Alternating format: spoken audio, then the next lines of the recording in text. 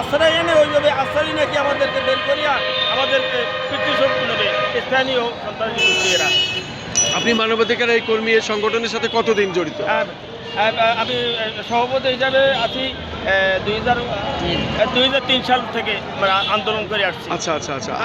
আজকের যে আন্তর্জাতিক মানবাধিকার যে দিবস, এই দিবসে আপনার কি চাওয়া, বিশ্বের কাছে কি চাওয়া, এবং আন্তর্জাতিক যে মানবাধিকার দিবস পালন করছেন আপনারা শুধু চিটাগাং থেকে এসেছেন, এবং অন্তর্বর্তী সরকারের কাছে আপনার কি চাওয়া? অন্তর্বর্তী সরকারের কাছে আকুল আবেদন, শিক্ষা,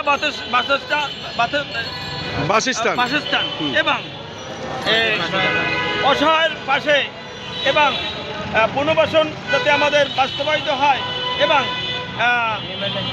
হিউম্যান রাইটস রিভিউ সোসাইটির পক্ষ থেকে যেন আমরা একটা বিশ্বের কাছে ভালো একটা বার্তা দিতে পারি, এই আকুল আবেদন ডক্টর মোহাম্মদ প্রফেসর ইউনূস সাহেবের কাছে। এই আশা নিয়ে আমরা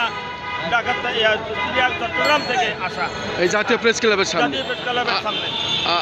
আপনার নাম পরিচয়টা একটু? আমার নাম হাফেজ মোহাম্মদ হুমায়ুন কবির, এবং আমাদেরকে কয়েকবার আটকও করছে সন্ত্রাসী গোষ্ঠীরা, এবং আমি 22 বছর পর্যন্ত চট্টগ্রামে ইমামতি করি।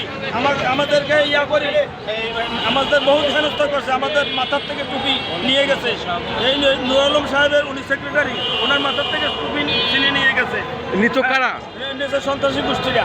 দু একজনের নাম বলতে পারবেন, বা কোনো বাহিনীর কিনা তারা কি ওই চট্টগ্রামের সন্ত্রাসী বাহিনী?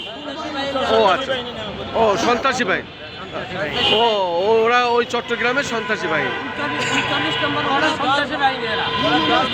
বিশাল দল। হ্যাঁ, যখন আওয়ামী লীগ আছে, হ্যাঁ বলেন ভাইয়া। হিউম্যান রাইটস থেকে আমি কিছু